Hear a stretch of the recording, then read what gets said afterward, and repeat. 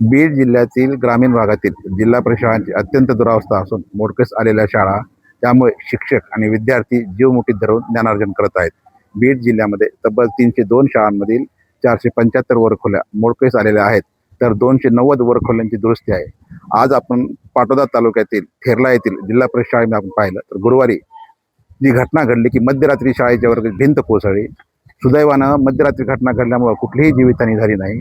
मात्र या ठिकाणी आपण जर पाहिलं तर 1965 ही शाळा आहे. सर्व वर्गखोल्या जीर्ण आहेत आणि यासाठी येथील पालक असतील, मुख्याध्यापक असतील, शिक्षण विभागाला वारंवार यांनी पाठपुरावा केला आहे. मात्र प्रशासनाची भूमिका ही वेळखाऊ आहे.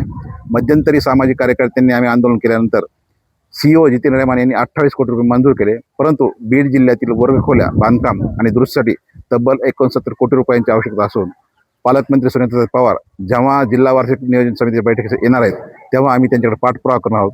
प्रशासनाला आमची विनंती की ज्याप्रमाणे तुम्ही धार्मिक स्थळांसाठी कोट्यवधी रुपयांची देणगी देता, त्याचप्रमाणे या ज्ञान मंदिरासाठी निधी देऊन या विद्यार्थ्यांना जो जीव मुठीत घेऊन ज्ञानार्जन करत आहेत त्यांच्याकडे लक्ष द्यावं अशी आमची मागणी आहे.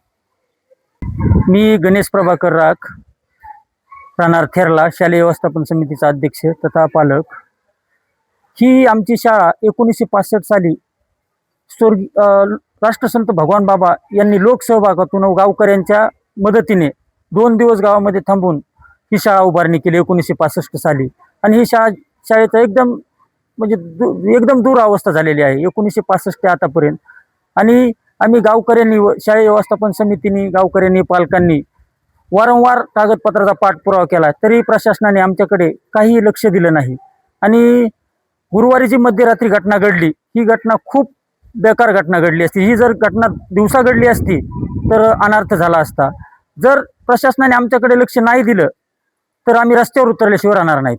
शाळा थेरला, तालुका पाटोदा, जिल्हा बीड या शाळेची जी इमारत आहे जुनी, त्या इमारतीचं बांधकाम 1965 साली पूर्ण झालेलं आहे, परंतु ती जीर्ण अवस्थेमध्ये आहे.